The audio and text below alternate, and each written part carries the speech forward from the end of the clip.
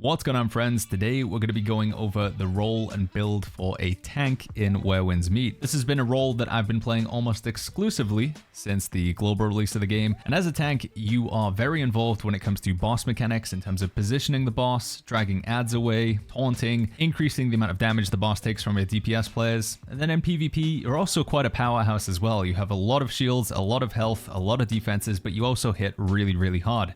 I think this build in general is super fun, and I wanted to share it with you guys today in this video.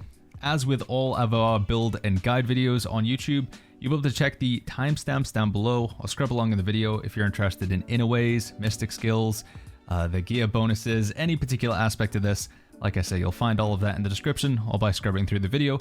But with that being said, let's talk about tank in Where Winds Meet. So let's kick things off with the basics and talk about weapon choice for tanks in this game. It is pretty straightforward.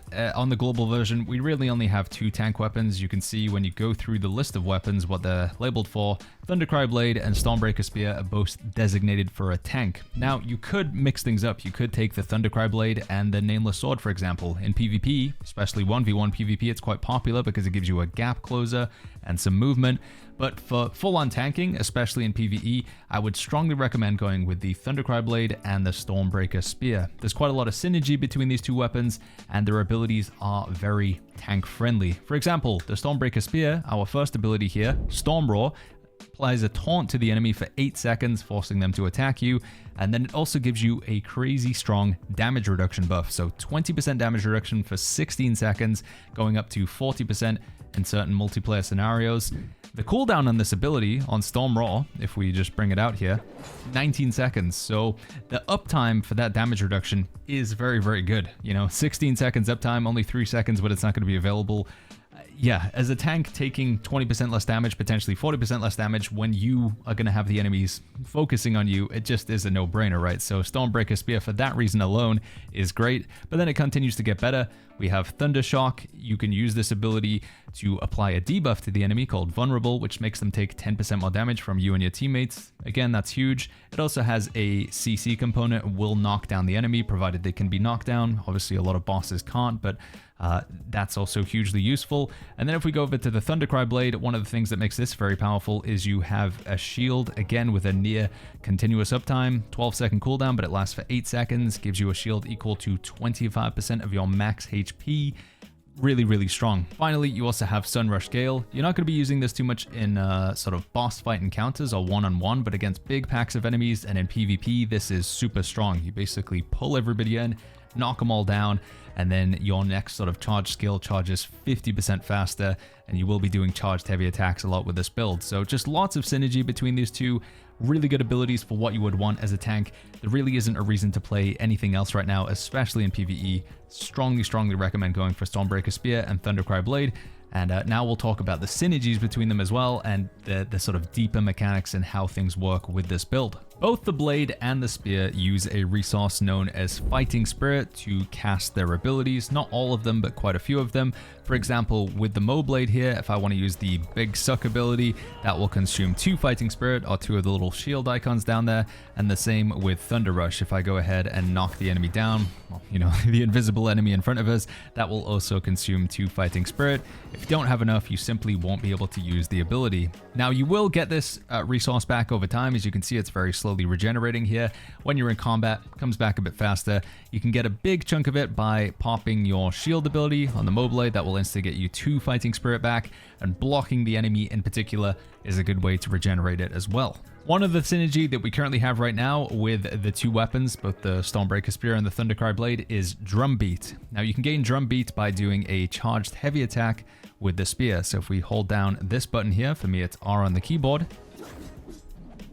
we'll gain a buff called Drumbeat, and then we can use that with our blade to consume it, and we get a buff known as Breakthrough. Breakthrough means that your charged attacks will do 30% more damage for the duration that lasts, and it will also not consume any stamina. As you can see right now, my stamina bar not being consumed. We get rid of Breakthrough, and then we charge up again. You can now see that I'm using a little bit of stamina. It's not much, but still, you know, the Breakthrough buff or the Drumbeat buff is handy in an optimal sort of situation if you want to try and do as much damage as possible.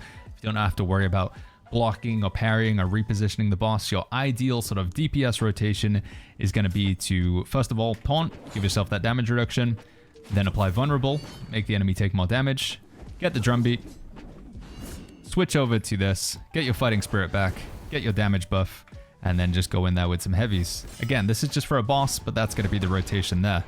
After we've done that, we switch back over to the spear, do another heavy, keep that damage reduction on them, knock them down, switch back over, shield, and then charged heavy again. Charged heavy being this one over here. The difference with the Mo Blade attacks, if you're doing a heavy attack like this, it's more for single targets. So your R ability, this one over here, the Mo Blade heavy attack, this is more for single target. And then your light attack, which again, you still want to charge up. This is going to be more for AoE. So if you have a big pack of enemies, then you're better off doing this one here. And like I say, the heavy attack for the single. When it comes to light attacks with the spear, it's something I typically don't do unless the boss is down. I usually don't really bother going with light attacks ever on the Stormbreaker spear. But again, if you're in a stage where you're in the execute phase and you're just trying to weave in a little bit of damage, poking them like that. But again, the ideal rotation is to, you want to keep this ability on cooldown. You want to make sure that you have the damage reduction. You want to charge up that drum beat. And then once you have drum beat, pop the shield. And then either go for a charged light attack or charged heavy attack, depending on whether it's a pack of enemies or an individual boss. I don't really use this one very often in PvE. Again, this is good if you need to pull in a big pack of enemies. So with the donkey boss, the sleeping donkey guy, when he summons a bunch of donkeys, you can pull them all in. Also, in PvP, this is great because it does give you this buff here, which allows you to charge up your next attack super fast. So if you want to catch somebody off guard, you can do that. But that is the fundamentals of the rotation. It's pretty straightforward. Drum beat, switch over, shield, attack, alternate back and forth, and make sure you keep those spear abilities on cooldown for the damage reduction and the damage penalty you apply to the enemy. When it comes to inner ways for the tank build, there are 3 that I would consider mandatory, and then the 4th one is a little bit flexible depending on what you have and whether you're interested in PvE or PvP. I will talk about where you can get these in the next section, but the must-haves in my opinion would be Exquisite Scenery, Morale Chant, and Art of Resistance. Exquisite Scenery is your sort of unique tank legendary, and it says when you block with the Thundercry Blade, you get this damage proc basically. So once every 10 seconds when you block, you get to hit them with a charged heavy attack for free effectively without charging up. So if we leave this screen here, there's a gentleman that I'm currently engaged in combat with, and if we just block his attack, we'll get that damage proc there, and we can just go ahead and destroy him without even needing to charge up. We effectively get this effect here, but for free. We don't have to spend any time charging. We just get it off of a block. Now again, it's only once every 10 seconds, but it is very, very strong. The next one that is unique to tanking is the Art of Resistance, and it says increase the duration of your own HP shield and the bonus effects of its source by 4 seconds and increase the strength of it by 10%. Obviously, this goes without saying, it's very, very strong with the Predator's shield. In fact, even with just like the tier 0 version without like anything upgraded, it will make it so that your shield lasts as long as the cooldown. So we can see the cooldown of my shield over here, 7 seconds, 6, 5, 4. We're looking at the effect over here, 3, 2, 1, and shield's back again. So you basically get a permanent uptime on your shield, and as we go ahead and upgrade both of these, they continue to get stronger and stronger and stronger. So that extra flip over that I get, it comes from tier 3, but the same with the Art of Resistance here. Increases our damage and healing while we have a shield, increases the duration of the shield even more, gives us a heal if the shield is not destroyed before expiring, which is likely going to happen because of the all of the insane bonuses it gets. Yeah, these two are huge for tanking. And then finally, Morale Chant is just something you're going to see in pretty much every build. It just gives you a lot of damage buffs. It's just good. It's good everywhere. It's very easy to get the stacks of the Yi River, and the damage increase is significant. But if you're just looking for something perhaps a little bit more tanky, you could chuck in a defensive, but I think Morale Chant is just so good in every build that you just sort of set it and forget it. When it comes to the fourth and final in a way, I like to play with Trapped Beast in PvP, specifically in 1v1 arena. This will only trigger once every 300 seconds, but my belief is that this will refresh between one arena and another, and it basically just means that if you're in a 1v1 and you drop below 30% HP, you get a 40% max HP shield. Only lasts for 4 seconds, but obviously we can extend the duration by another 4 seconds over here, so we get an 8-second shield for 40% of our max HP, and that just basically means, you know, it's like a get out of jail free card. If we mess up and we drop low, we're just good there.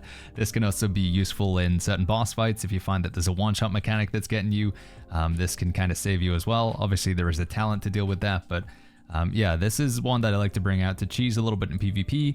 If I'm looking for something a bit more universal though, or if I'm doing some group content, I will often go with Adaptive Steel. The reason why, it says spear attacks ignore 12.5% of target's physical defense, so that works with our Stormbreaker spear.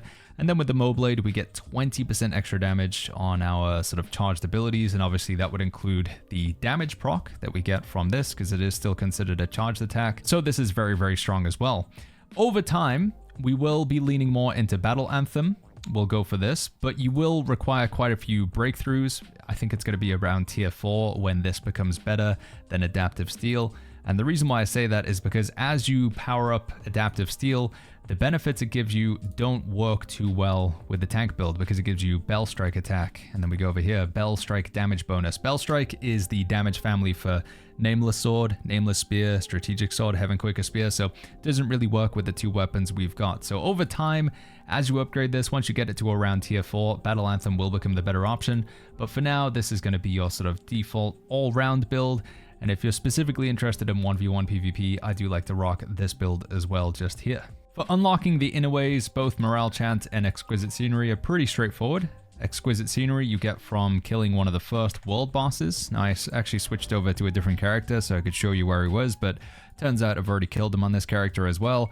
But you'll see him sort of stomping around and making music over here. It's in that first area where you load in and, you know, you go throw the bear at the rocks and learn Tai Chi and stuff. You know, you guys will have seen him. Maybe we can flash some footage up on the screen just so you know which one I'm talking about. But if you take down that guy, if you kill that guy, he will give you the book that allows you to comprehend Exquisite Scenery. Morale Chant, I'm sure you guys have already heard about this one by now. This is one that's in like every build guide and YouTube video ever on this game.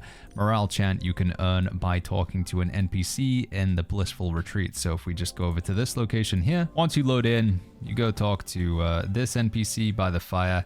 He will sell you pages for 500 jade each. You want to buy all 10 of them for a total of 5,000 jade, and then you'll be able to comprehend Morale Chant. For the other inner ways, these two are pretty straightforward, and then the other two tank ones are a little bit awkward. Let's start with the easy ones. Adaptive Steel is a very easy pickup. All you gotta do is talk to Chi Sheng. He's the oddities vendor. Again, we're at the area where you Tai Chi the bear into the rocks at the start of the game. You talk to this guy, hand in oddities to him, and work your way along the skill tree, which you generally want to be doing for progression anyway. You will come across the book for Adaptive Steel here, and then you can comprehend that one. Again, go to the menu, go to Adaptive Steel, click on it, and you should be able to comprehend after you get the book from this guy. Same with Battle Anthem. All you gotta do is clear the Buddha Fort. It's up in the top left, top right rather, of Qinghe. If you go here, clear this, get the book, and then you can comprehend it. When it comes to the other two, the tank-specific ones, Trapped Beast, this is gained from going into the Ghost Market and completing a quest. Now, if you want to go into the Ghost Market, the most straightforward way is to unlock Kai Feng, and then all you got to do is go to the Forsaken Quarter and visit the Coffin Shop. You'll see some footage on the screen here, but if you go into the Coffin Shop and then step into the coffin, you'll arrive in the Ghostlight Market. And all you want to do when you're in the Ghostlight Market is change the time of day to sometime in the morning. So around about 9 a.m. And then you'll see this NPC pop up at the front entrance here. If you talk to this guy, he'll ramble for a bit and he'll give you a quest. Follow that quest all the way through. There'll be a boss fight at the end of it, and then you'll unlock Trapped Beast. And finally, to unlock Art of Resistance, you'll want to travel to Harvestfall Village. This is located in the left side of Qinghe. So here we are on the map. You can see where I am. There's a fast travel shrine right here to go to Harvestfall Village. When you arrive in the village, you want to go into the inn or the restaurant, and you want to talk to the waiter in here. You'll find him cleaning the tables at the back. So We talk to this guy. I believe you have to bribe him or something for some information. Pay him 200 coins. And what this is going to do is it's going to unlock another quest where if you head, I think we're going sort of south out of the village here, you'll get this quest for the Well of Heaven. Now, don't worry, we don't actually have to join the Well of Heaven, but it is important if you want to trigger the encounter for the quest that actually allows you to get Art of Resistance. So we'll go down here, we'll talk to these guys. And here we go, we'll do the dialogue with the Well of Heaven Elder. Again, don't worry, the Well of Heaven, you guys may know, is actually a sect or a faction in the game, but you don't actually have to join them. It's just part of like unlocking another quest. So we're gonna pay this guy here, and now it's gonna ask you to track down the Well of Heaven Elder's old friend over here on the map. So again, we're just basically just follow this quest through. So we've spoke to this guy, we've done the dialogue with him, and now we have this quest here to use wind sense to inspect and acquire a large pile of jewelry.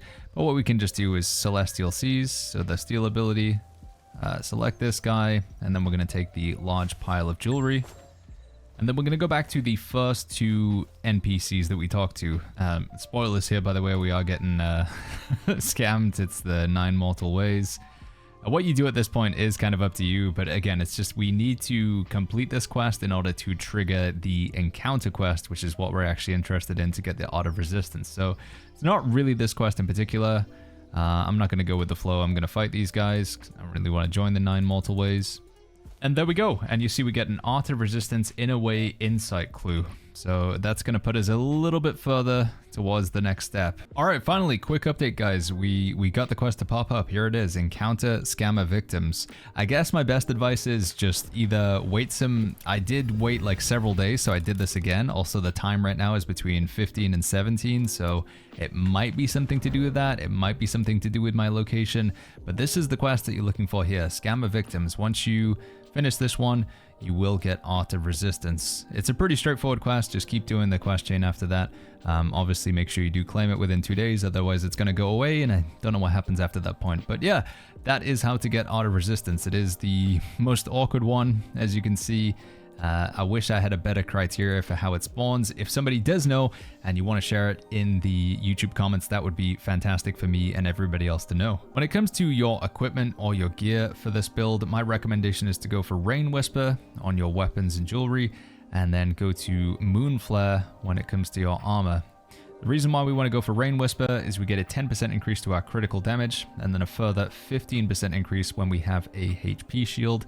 And obviously we do know that we have a fairly consistent way to get a HP shield with the old Moblade, but there's natural inbuilt synergy with the Moonflare set. So if you have 4 pieces of Moonflare, your helmet, your chest, your greaves, and your gloves, then you will get this buff here. It says when attacking while defending, there's a 30% chance to create a shield that absorbs up to 10% of your max HP, lasts for 20 seconds. If a shield already exists, then you get 2% HP in addition. Now, you guys might be reading this and thinking, what is when attacking while defending? It's just a bit of a weird translation. It basically means when you're blocking. We have tested this. When you block, this will proc. Not all the time, 30% of the time, but yeah, obviously the built-in blocking for regenerating the fighting spirit, the shield icon, and then doing the block so we can get that damage proc from Exquisite Scenery. It just has a lot of natural synergy with itself. One other option that I've seen recommended for the tank build, and I do think there is some merit to it, is the Form Bend set. So you can get this from certain bosses, this Yi Wanshan guy here. So if we go to the Wandering Tales menu, and then we go to challenges, you can fight certain bosses for certain gear. For example, if you guys have the Dower Lord unlocked, if you've done enough of the main story to fight this guy, then you can get both the Rain Whisper and Moonflare set from him, so that's pretty handy. But also certain bosses, as we were talking about here, can also drop the Form Bend set, and this says if you have 4 pieces, your shield duration is extended by 2 seconds. And then if your chi, you know, your blue bar is above 85%, you reduce all HP damage taken by 20%. So this is not bad as well, but I personally like the synergy between the Rain Whisper and the Moonflare. And this is also pretty easy to get, as whenever you go, like let's say we go Season Shop over here, and then we go to Gear Chest, and if we buy any of these chests, I'll just buy one for now. You get to choose which set you want from here, and if you choose Rain Whisper, you'll either get a Rain Whisper weapon or you'll get Moonflare armor. When it comes to tuning items and upgrading them, the perks that you want to see in these slots here would be max HP or body. The reason why these are important is because later on down the line, when you go to break through your weapons, and by the time you guys watch this video, it may have already happened. If I select my Stormbreaker Spear and then go to Martial Arts Breakthrough, you will gain extra precision based on your body stat, and you'll also gain extra the fighting spirit. They sometimes call it battle will for some reason, but you get more fighting spirits. You get an extra shield when your max HP reaches a certain threshold, which is also contributed from your body. So max HP and body, both to increase that health that you have. And then also if we take a look at the Thundercry blade here, this also cares about your max HP on your body, so that's a good stat. Again, it's just going to make you tankier. You do more damage based on your max HP, so just having a bigger health pool is going to contribute to your damage. But then also just perks that increase your damage in general. So we're looking at critical rate or max physical attack or stone split attack. Stone split, again, is the family that these two weapons belong to. So anything that basically says you do more damage, as long as it's not airborne light attack, unfortunately a bit of a bad roll there. But yeah, those are going to be the general ones you're looking for. So max HP, body, weapon damage boost, specific damage boost with either the Mo Blade or the Stormbreaker Spear, physical attack. If you want to see these little recommendeds pop up here, if you guys aren't getting those, and that will be generally a good guide, you can apply these by going to Develop, Improvement Guide, and then selecting Tank Melee Combat here, Combination, and then hitting Apply Path. From here on out, whenever you go to tune and upgrade items, you will get a recommended roll. I think for the purpose of demonstration here, we'll just go ahead and select an item that is pretty good. So this has got max HP, so this is a good baseline. This is something we want to start with. We're going to tune that, and let's just see what we get, and we'll talk about whether it's a good outcome for the item or not. So if we just feed some items into it here, and let's see what the outcome is. Critical rate, extra damage, agility recommended, and then bamboo cut. That's, yeah, unfortunate. We don't really care about bamboo cut. That is for, I believe, the twin blades and the rope dart, so that's not going to benefit us. But other than that, it was looking like a pretty good item. My decision is basically, if I get, you know, everything here is good, then I'll go ahead and do the final upgrade with the Doomstone. But if it's got a dead perk on it, then I will ignore it and try again with a different item.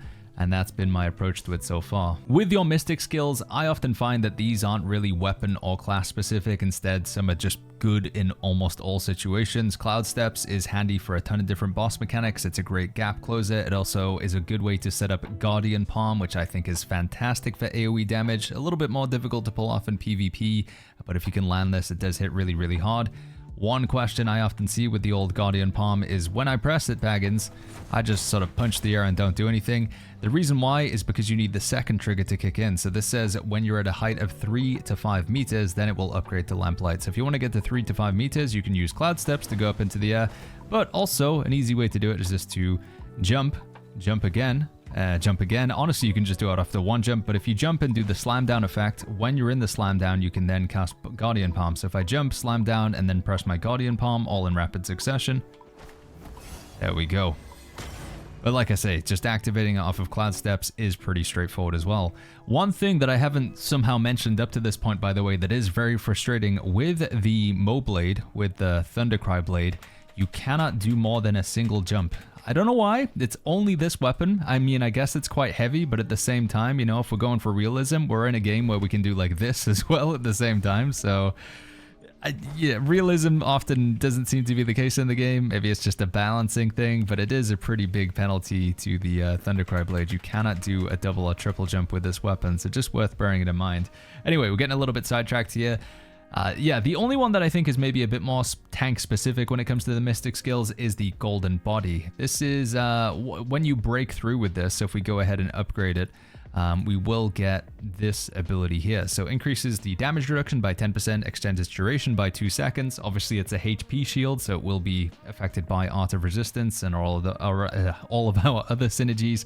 But also it says, while Golden Body is active, any shield, including your own, that expires will convert 50% of its remaining HP into... So you can pop Golden Body at some point just after. So if we go ahead and we pop the shield from the Mo Blade here, and then as this is going to expire, if I pop Golden Body, I can then get health off of this shield here. And the same, we can get the shield off of the Moon Flare set as well. So if you want a little bit extra healing, I think Golden Body is pretty good for the damage reduction. In terms of where we get these Mystic skills from, it would easily add another sort of 10, 15, 20 minutes to this video to go over all of the locations of these.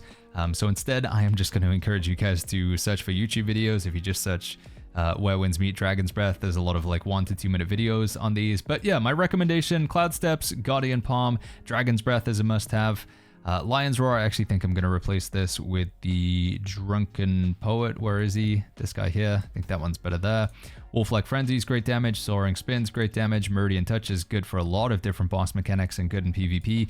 And then Serene Breeze, don't really need this in PvE, but I like to keep it on my hotbar just in case. This is a must-have for PvP, but we probably could replace that with Golden Body if you find you're taking too much damage. Those would be my quick recommendations for Mystic skills for the tank build. But again, they're kind of just a bit more universal and they don't really belong to any one particular build or weapon. I briefly want to touch on consumables for this build.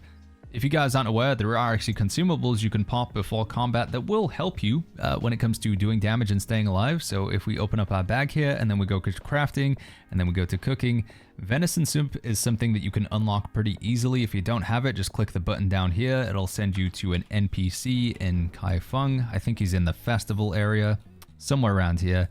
And I believe, yeah, you can buy the venison soup with ginseng from this guy, and then you can go ahead and craft it. What does venison soup do and why do we care about it? Well, it increases our max HP by 2,300 for 30 minutes. And obviously, as we talked about earlier, your max HP will also contribute to your damage when we get that next breakthrough. At some point down the line, we'll also be able to unlock, let me find it, Puffer Fish Soup. Here it is. It increases our max HP by 5,600, but we do need to be level 61. I think by the time this video goes out, we're still not going to be 61. I think that's quite far away, but that is a pretty significant HP increase as well. Another one that's worth mentioning or worth looking at here is Crispy Pheasant. This increases your physical attack. If you don't find that you need that extra health, this is not a bad one to pop as well. And again, if you're not sure how to unlock this, you can just click the button down here. It'll show Obtain. It'll show you where you can get it on the map. Another form of consumable that we can use is our manual here. Now this will require that you have the Scholar profession to really take advantage of it. So we go to Profession and then we go to Scholar, and if you select this one here, you can unlock Scholar if you haven't already. But doing so will allow you to make these manuals. Now personally, I don't find any of them to be amazing so far. There's some here where if your HP is below a certain threshold, then both damage dealt and damage received are reduced. So if you want to be a little bit tankier, you can go for that. But again, we need to be level 61. This one increases your endurance regen and your chi regen, which is going to be kind of handy. I guess you get stamina and your chi back a little bit faster, especially if you're using that form bend set where your chi needs to be above 85% or whatever. This could be handy. Quite often though, I just pop the Scroll of Flame. This basically means that when you have those divine craft things, so these things down here, it makes the buff last longer effectively, so you put the burns on the enemy for longer. By the way, pro tip with these guys, if you haven't seen them yet, friends, you can go into your settings, and then you can go to gameplay, and then in-game, right down at the bottom, you can have auto use divine craft tool, and it'll basically just consume these all the time, and then you don't need to worry about applying them before combat. I just, you know, it's not specific to tank, but I do find that's a pretty handy tip to know. And for the final section of this video, guys, I just wanted to talk about tank in PvP a little bit. As we covered at the start of the video, it is definitely an effective build. Now, if you take a look at like the leaderboards, you know, if you got into the top 10 or the top 50, you're not really going to see that much Stormbreaker Spear or Moblade. I don't even know. Can we inspect these guys? I'm sure that they probably have their profile hidden, don't they? Let's see, profile. Can actually see what they're playing. No, a development plan is hidden. My belief is, from seeing footage, you're not really going to see a lot of Moblade or Stormbreaker Spear in like the sort of top 50 PvP, but nonetheless, I do think it is very effective. I think it's quite strong. My general playstyle when we start off the 1v1 arena is to make sure that I have the Moblade equipped. You can't actually see which weapon you have because you don't have the UI, so just cycle through your weapons until you see Moblade, and that means you can start straight off with the shield basically, and if your opponent just gets the drop on you, at least you have the shield to give you 25% extra max HP. From there, I typically look for a block. This is going to give you that damage proc that we talked about with the exquisite scenery, so you can reflect some damage. And then you just want to be abusing the fact that with these particular weapons, almost everything gives you fortitude. And if you guys aren't aware what fortitude is, it basically makes you immune to CC, or not CC, but staggers. So you can see immune to all but crowd control when hit. So unless somebody hits you with a solid stun, you basically can't be interrupted. Your character will glow golden. So you can see if I do an attack with the spear, if I do the heavy thing, my character's glowing golden, so he can't be staggered. If I do the sweep, he glows golden. The vault kick, he's glowing golden. We go over to my Moblade here. I'm glowing golden. Like almost everything you do gives you that fortitude, and you can't be staggered. And that's really strong because in the PvP meta, it's all about stagger, stagger, stagger. You guys might have seen a bit of 1v1 PvP in this game, and weapons like the dual blades just apply a crazy amount of stagger with every single attack. But if you can just avoid it with most of your abilities, then yeah, naturally the combination of these two weapons is pretty strong. I often find that it's just weaving in a shield, trying to get the pull in or something like that. Usually they'll dash away, but if they don't, you can immediately go in with a sort of charge attack for a big chunk of damage, or you can go straight in with a block, because quite often as soon as they get off the ground, they'll go on the offensive. Again, if you guys are interested in a specific PvP video, it's probably better to do a dedicated video to that.